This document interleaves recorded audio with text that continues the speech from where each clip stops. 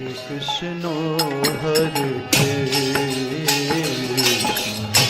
कृष्ण कृष्ण हरे हरे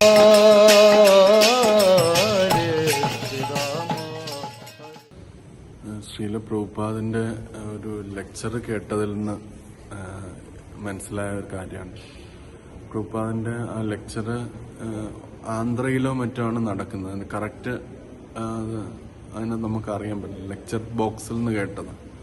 അപ്പം ഒരു ലെക്ചർ കഴിഞ്ഞതിന് ശേഷം ക്വസ്റ്റ്യൻ ആൻസേഴ്സ് വരുന്നുണ്ട്. ആ ക്വസ്റ്റ്യൻ ആൻസറിൽ ഒരാളിങ്ങനെ ചോദിക്കുന്നുണ്ട് പ്രഭുപാദിനോട്.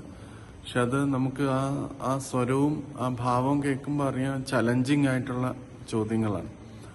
ആത്മാവിനെ കുറിച്ചാണ് അദ്ദേഹം ചോദിച്ചു തുടങ്ങുന്നത്. അപ്പം നിങ്ങൾ ആത്മാവിനെ കുറിച്ച് പറയുന്നുണ്ടല്ലോ, നിങ്ങൾക്കത് കണ്ടിട്ടുണ്ടോ, അങ്ങനെയൊക്കെയുള്ള രീതിയിലാണ് ചോദിക്കുന്നത്. അപ്പൊ പ്രഭുപാദ് തിരിച്ച് ആൻസർ പറയുന്നുണ്ട്, നമ്മുടെ കണ്ണുകൾ കൊണ്ട് എന്ത് പ്രയോജനമുള്ളത്? നമ്മുടെ കണ്ണുകളിൽ ശരിയായ ജ്ഞാനം ഉണ്ടെങ്കിൽ മാത്രമേ ആത്മാവിനെ തിരിച്ചറിയാനായിട്ട് പറ്റുള്ളൂ എന്ന് പറയുന്നത്. എന്നിട്ട് ഭഗവത്ഗീതയിൽ പ്രിലിമിനറി ആയിട്ടുള്ള കാര്യങ്ങളൊക്കെ ശ്രീല പ്രഭുപാദ് പറയുന്നുണ്ട്. ആത്മാവിന് ജനനമില്ല, മരണമില്ല, ആത്മാവിന് തീ കൊണ്ട് ഭസ്മീകരിക്കാൻ പറ്റില്ല, വെള്ളം കൊണ്ട് നനയ്ക്കാൻ പറ്റില്ല, ഇങ്ങനത്തെ കാര്യങ്ങളൊക്കെ അദ്ദേഹം ഇങ്ങനെ ഇതൊക്കെ പ്രഭുപാദ് എക്സ്പ്ലെയിൻ ചെയ്യുന്നുണ്ട്. എന്നിട്ട് ഇദ്ദേഹം ഇങ്ങനെ പറയുന്നുണ്ട്, നിങ്ങൾ അപ്പം അദ്ദേഹം തിരിച്ച് പ്രഭുപാദിനോട് ചോദിക്കുന്നത്,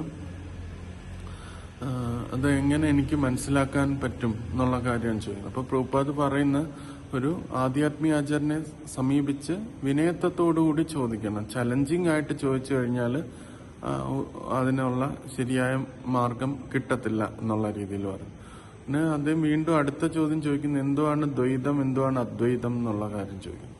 പ്രഭുപാദ് വളരെ പീസ്ഫുൾ ആയിട്ട് തന്നെ അതിനെല്ലാം ആൻസർ പറയുന്നുണ്ട്. പ്രഭുപാദ് ഉടനെ പറഞ്ഞത്, നമ്മുടെ വിരലുണ്ട്, നമ്മുടെ ശരീരമുണ്ട്. വിരലിനെ നോക്കി ഇതെന്റെ ശരീരം എന്ന് വേണമെങ്കിൽ പറയാം, വിരൽ മാത്രമായിട്ട് എടുത്ത. മറ്റേത് ശരീരമാണ്. അപ്പം വിരലാണ് ശരീരം എന്ന് പറയുന്നതാണ് തെറ്റ്. വിരൽ ശരീരമാണ്, ബോഡി ശരീരമാണ്. പക്ഷെ ശരീരത്തിന്റെ ഒരു ഭാഗം മാത്രമാണ് വിരൽ. അപ്പം അങ്ങനെ ചെയ്യുന്നതാണ് തെറ്റ്. അപ്പം ചൈതന്യ മഹാപ്രഭുവിന്റെ സിദ്ധാന്തം എന്ന് പറഞ്ഞാൽ ഒരേ സമയം തന്നെ നമ്മൾ ഈ വിരൽ എന്ന് പറയുന്നത് നമ്മൾ ഈ ശരീരവുമാണ്, അതേസമയം ശരീരത്തിന്റെ ഒരു ഭാഗവും കൂടെയാണ്. അപ്പം നമ്മൾ ഭഗവാന്റെ അംശമാണ്, നമ്മൾ പൂർണ്ണമായും ഭഗവാനല്ല. നമുക്കുള്ള എനർജി ചെറുതാണ്, വിരലിന്റെ എനർജി ചെറുതാണ്, ഭഗവാന്റെ എനർജി വലുതാണ്. അപ്പം രണ്ടും ശരീരമാണെങ്കിലും അതിന്റെ എനർജി തമ്മിൽ വ്യത്യാസമുണ്ട് എന്നുള്ള കാര്യം പ്രഭുപാദ് അചിന്ത്യ ഭേദാഭേദ തത്വം എന്തുവാണെന്നുള്ളത് പറഞ്ഞു കൊടുക്കുന്നുണ്ട്. പിന്നെ അദ്ദേഹം ചോദിക്കുന്നത്, ഇത് എങ്ങനെ നമുക്ക് നിങ്ങളുടെ തത്വമല്ലേ എന്ന് വെച്ചാൽ, അപ്പം ഭഗവാൻ ആണ് ഭഗവത്ഗീതയിൽ പറഞ്ഞു, നീ അതിനെ വിശ്വസിക്കണം എന്ന് തിരിച്ച് പ്രഭുപാദ് പറയുന്നുണ്ട്. പിന്നെ അദ്ദേഹം ചോദിക്കുന്നു, അപ്പൊ നിങ്ങൾ പറയുന്നത് ഞാൻ എങ്ങനെ വിശ്വസിക്കാൻ പറ്റും എന്നുള്ളത് ഇങ്ങനെ അദ്ദേഹം തിരിച്ചു ചോദിക്കും. അപ്പം പ്രഭുപാദ് അതിന് ഉത്തരം പറയുന്നത്, നമുക്കൊരു മാസ്റ്റർ ഉണ്ട്, നമുക്കൊരു യജമാനുണ്ടെങ്കിൽ നമുക്ക് ഊഹിക്കാൻ പറ്റും അദ്ദേഹത്തിന് എത്ര ധനമുണ്ട് എന്നുള്ളത്. പക്ഷെ അദ്ദേഹം കറക്റ്റായിട്ട് നമുക്ക് അറിയാൻ പറ്റത്തില്ല.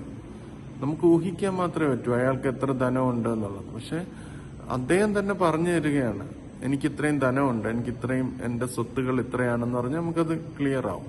അതേപോലെ ഭഗവാൻ ഭഗവത്ഗീതയിലൂടെ ആ കാര്യങ്ങളെല്ലാം സ്വയം വെളിപ്പെടുത്തുന്നുണ്ട്. നമ്മൾ ഊഹിച്ച് ഭഗവാനെ കണ്ടുപിടിക്കാനോ ഭഗവാൻ ഇത്ര ശക്തിയുണ്ട് എന്ന് മനസ്സിലാക്കാനോ പറ്റത്തില്ല എന്നാണ്.